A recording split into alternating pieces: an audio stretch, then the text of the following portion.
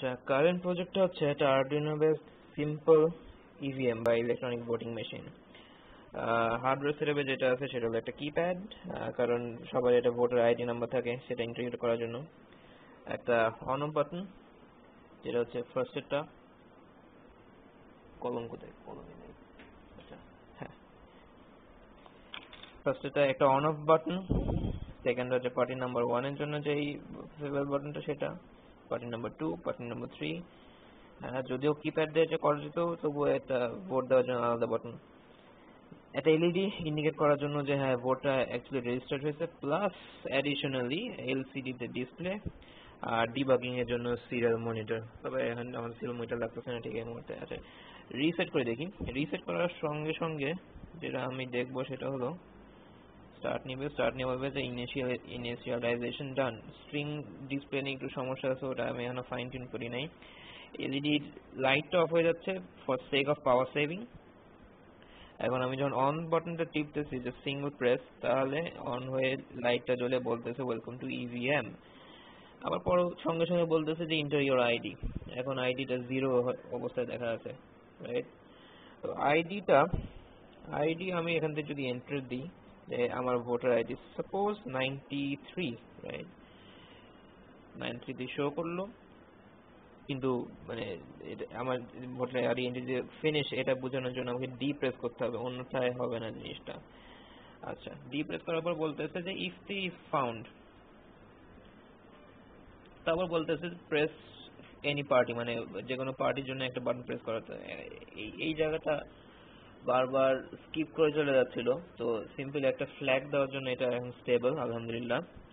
Next, যে কোনো একটা পার্টি আমি প্রেস করবো। বাটন গুলা খুবই, কি বলে এটাকে, খুবই উইক, তো সিগন্যাল গুলো ঠিক মতো পাস করতেছে না। আমি ডিরেক্টলি এগুলোকে গ্রাউন্ডেড করে রাখছি।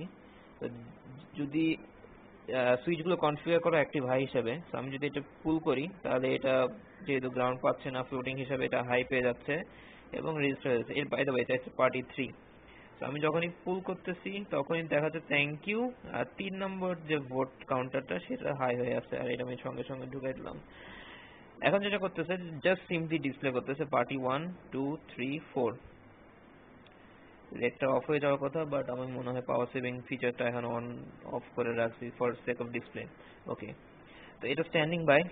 আবার যদি আমি কিছু করতে চাই তাহলে যেটা করতে হবে, আমাকে অন বাটনটা আবার টিপতে হবে, রাইট? আবার দেখাচ্ছে welcome to EVM, enter your ID. What if আমি সেই পুরানো আইডিটাই আবার ভোট দিব, রাইট? 93 তে আমি আবার ভোট দিব। 93 তে আমি দিয়ে দিলাম, বলতেছে if T found, alright fine. কিন্তু এবার যেটা বলবে যে vote against this account has been custard, যেটা আগে বলেছি যে স্ট্রিং ডিসপ্লেটা ফাইন টিউন করা হয় নাই, সো এখানে একটু ডিসপ্লের সমস্যা আছে। তো পার্টি 3 একটা ভোট পেয়ে আছে, এইটাতেই এখন fixed, right?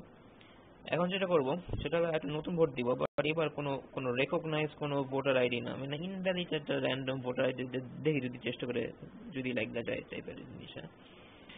Enter your voter ID আমি দিচ্ছি 56, which doesn't have any database entry. You are not recognized. System তোমাকে চেনে নাই, সো তোমার ভোট দেওয়ার কোনো ক্ষমতাই নাই। P3 চলে গেল। অলরাইট দেন, তারপর যদি আমি একটা নতুন ভোট কাস্ট করি,